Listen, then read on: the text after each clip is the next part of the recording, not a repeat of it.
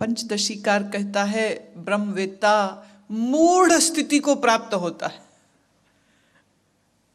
पहले मूढ़ होता है, मूर्ख, मूढ़ता, जड़ता, फिर ज्ञान से बुद्धि तेज हो गई, विवेकी हो गई, ज्ञानी हो गई। फिर जब गहरी निर्विकल्पता आई तो निर्विकल्पता में क्या मूढ़ता ही तो वापिस आ जाती।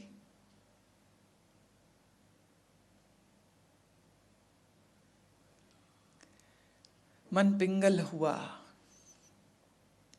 अपनी मस्ती में मस्त है, ना आंख खोलता है, न बात सुनता है, न बात का जवाब देता है, मूढ़।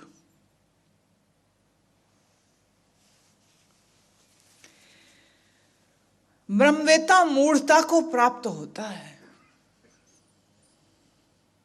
पर यह मूढ़ता ज्ञान की बड़ी से बड़ी ऊंचाई से भी ऊंचा होता है। नेति, पहले कहा संसार असत जड़ दुख रूप, परमात्मा सचित आनंद रूप, और फिर नेति, फिर उसका भी बाद कर दिया, फिर उसको भी हटा दिया। नेत भाखत नित, वेद रोज नित्य कह रहा है नेति, न इति, वो यह भी नहीं, वो यह भी नहीं। ये नहीं कहा जा सकता है कि वो क्या है, ये जरूर कहा जा सकता है वो क्या नहीं है। कोट सिमरत पुराण शास्त्र न आवई वह चित। करोड़ों शास्त्र, करोड़ों ग्रंथ, करोड़ों वेद, करोड़ों पुराण सब मिलकर के सोचना चाहें, तुम्हारे बारे में कुछ निर्णय लेना चाहें, नहीं ले सकेंगे। उनके भी चित्त में, उनके भी ध्यान में तेरा स्वरूप आने वाला नहीं है। अब यहां नए छंद की शुरुआत हो रही है, मधुभार छंद। तो प्रसाद तेरी ही कृपा से। गुनगन उदार महिमा अपार, आसन अभंग उपमा अनंग। अब इस छंद के जो गाने का ढंग है, इस छंद के जो बोलने का ढंग है, अब वो फिर अलग हो गया। माने इतना एब्स्ट्रैक्ट ये सब्जेक्ट है, इतना गहरा सब्जेक्ट है, लेकिन छंदों के माध्यम से उसके अंदर एक ऐसी सरसता, ऐसी मधुरता, ऐसा राग, ऐसा सुर, ऐसा ताल भर दिया है, सुनने में भी अच्छा लगता है। जब उसको गाया जा रहा होता तो वो भी अच्छा लगता है। गुनगन उदार, सारे गुण मिलके इकट्ठे होके, जितने गुण होते हैं ना, अच्छा गाना, अच्छा बोलना, सुंदरता, अकल, विद्या, शास्त्र, जितने गुण हो सकते हैं, पेंटिंग, डांसिंग, कलाकृति बनाना, मूर्ति बनाना, ये सब गुणों को एक साथ इकट्ठे कर दो, सारे गुण इकट्ठे होके, और सारे गुण तेरे गुणों की चर्चा करें तो अपार नहीं कर सकेंगे।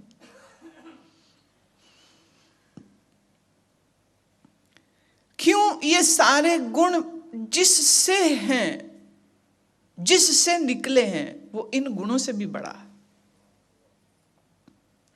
तो उस बेअंत की महिमा को शब्दों से नहीं कहा जा सकता है। महिमा अपार, आसन अभंग, तेरा आसन अडोल है, डोलता नहीं, हिलता नहीं। उपमा अनंग, तेरी उपमा कैसी है, हे अनंग, अनंग अंग रहित, हे अंग रहित तेरी उपमा कैसी है, जिसको कहना मुश्किल है, बहुत मुश्किल है। अनुभव प्रकाश, शब्द के चक्कर में मत पड़ो, ये बात अनुभव की है, अनुभव से ही खुलेगी। तो अनुभव का प्रकाश प्राप्त करता है जो भानान पान, पान मतलब महसूस होना, पता होना, पता चलना। उसका पता कैसे चलता है, उस ब्रह्म का बोध कैसे होता है? पानान पान, उसकी सत्ता का पान पंजाबी हो गया, मूल आया कहां से है? हिंदी। भान, भान मतलब प्रतीति होना, तेरी प्रतीति किसको होगी?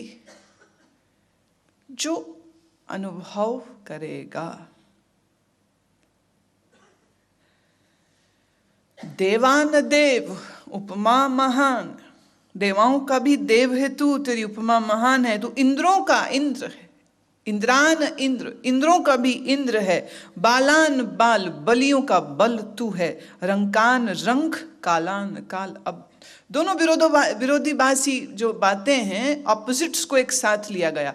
पहले कह दिया बालान बाल, बलियों का बल तू है। रंकान रंक, रंक किसको कहते? गरीब को। गरीबों में गरीबी भी तू ही। अगर धनियों का धन, बलवानों का बल तू है, तो गरीबों की गरीबी भी तेरे से है, तुझसे है। कालान काल, तू काल का भी काल है, काल को भी तू ही खा जाता है। काल का अंत भी तेरे में ही हो जाता है। अनुभव प्रकाश निस्दिन अनास, अनुभव प्रकाश रूप है तू। शब्द से, मन से, बुद्धि से न जाना जाएगा। मन बुद्धि से बाहर छलांग लगे तो ही अनुभव होगा, और ये अनुभव आपको बतलाएगा क्या? वो आजान बाहु है। आजान, आजान का अर्थ यहाँ है जन्म देने की, पैदा करने की जो कुवत है, जो कैपेबिलिटी है, जो कैपेसिटी है, वो तुम में है। शाहान शाह, शाहों का शाह तू ही है। राजान राज, पानान पान, देवान देव, उपमा महान। इंद्रान इंद्र, बालान बाल, रंकान रंक, कालान काल। अनुभूत अंग, आभा अभंग। बुद्धि का विलास देख रहे हैं गुरु गोविंद सिंह का? शब्दों की बंतर देख रहे हैं? आभान आब, आभान, आभा किसको कहते हैं? तेज, ओज, रोशनी। अभंग, तेरी रोशनी, तेरी प्रकाश अभंग है, कभी नष्ट नहीं होती, कभी खत्म नहीं होती। गतमित अपार, गुणगन उदार, तू कितना बड़ा है, तेरी गतमित कौन जाने, तेरा आर पार कौन समझे। बस इतना ही कह सकते हैं, गुणों का तू खजाना है और उदार है। मुनगन प्रणाम, निर्भय निकाम, सब मुनिजन तुझको प्रणाम करते हैं, और जो भी कोई तुझको प्रणाम करते हैं तू उनको निर्भय और निष्काम कर देता है। नमस्ते, नमस्कार का एक दूसरा जो पर्यायवाची शब्द है नमस्ते। नमस्ते, नमो धन अस्ते, उस अस्तित्व को, उस धन स्वरूप अस्तित्व को हम नमन करते हैं, हम झुकते हैं। अब इसमें आकर के मैं एक बात कहना चाह रही हूं कि हालांकि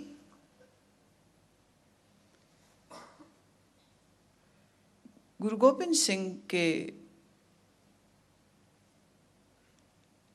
बोले हुए बहुत से बोल हैं,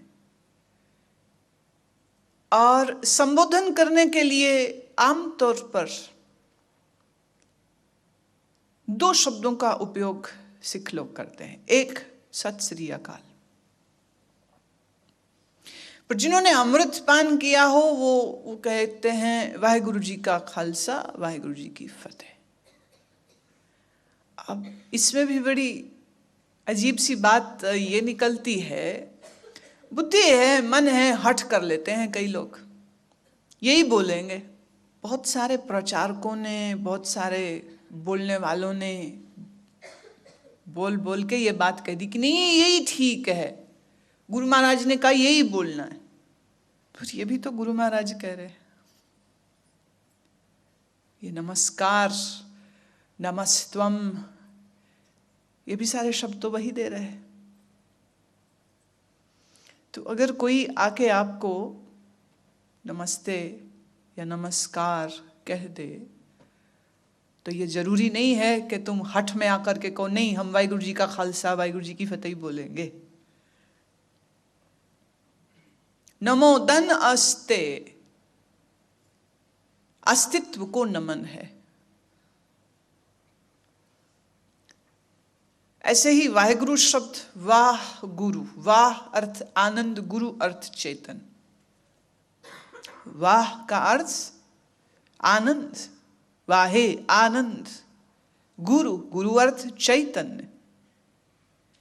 चैतन्य है जो आनंद स्वरूप है, उस सत्य की ही तो विजय है। तो वाहेगुरु जी का खालसा, खालसा माने शुद्ध,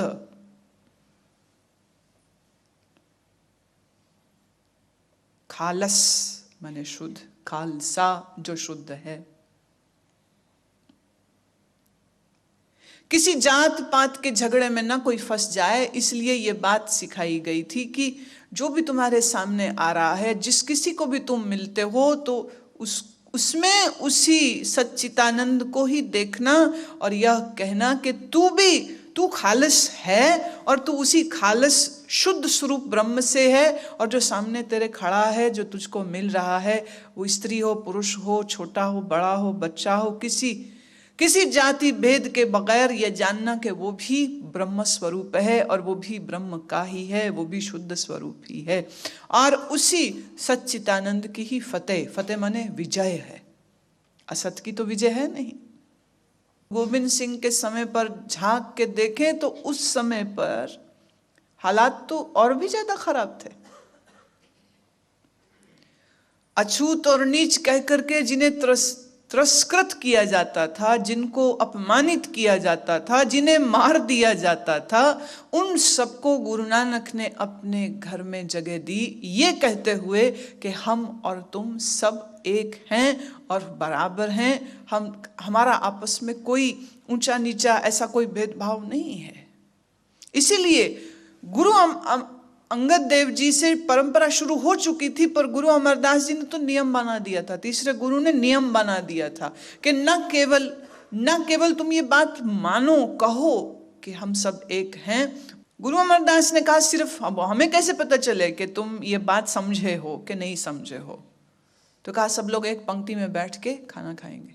और उन्होंने शर्त कर दी, पहले पंगत फिर संगत, पहले रोटी खाओ सबके साथ बैठ के, फिर हमारे पास आना, फिर सत्संग, फिर दीवान में हाजिरी। जो साथ में बैठ के खा नहीं सकता है, वो सबके साथ बैठ के झूठ सुनने की नाटक क्यों करे? हम नहीं इजाजत देते, हम इजाजत नहीं देंगे।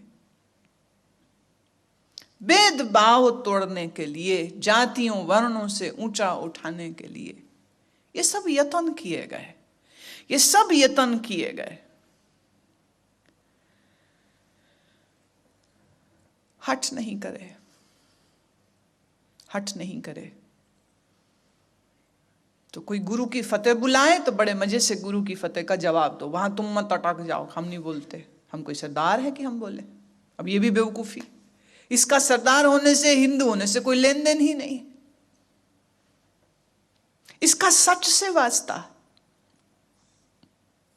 इसका सच से वास्ता है। और इस सच के साथ तुम अपने रिश्तों को गहरा कर सको, इसलिए मुनि जनों की संगत करे, उन ज्ञानियों की संगत करे जिन्होंने इसके मर्म को समझा है और जो तुम्हें सभी भेदों और सभी भ्रमों से ऊंचा उठने में मदद करेंगे।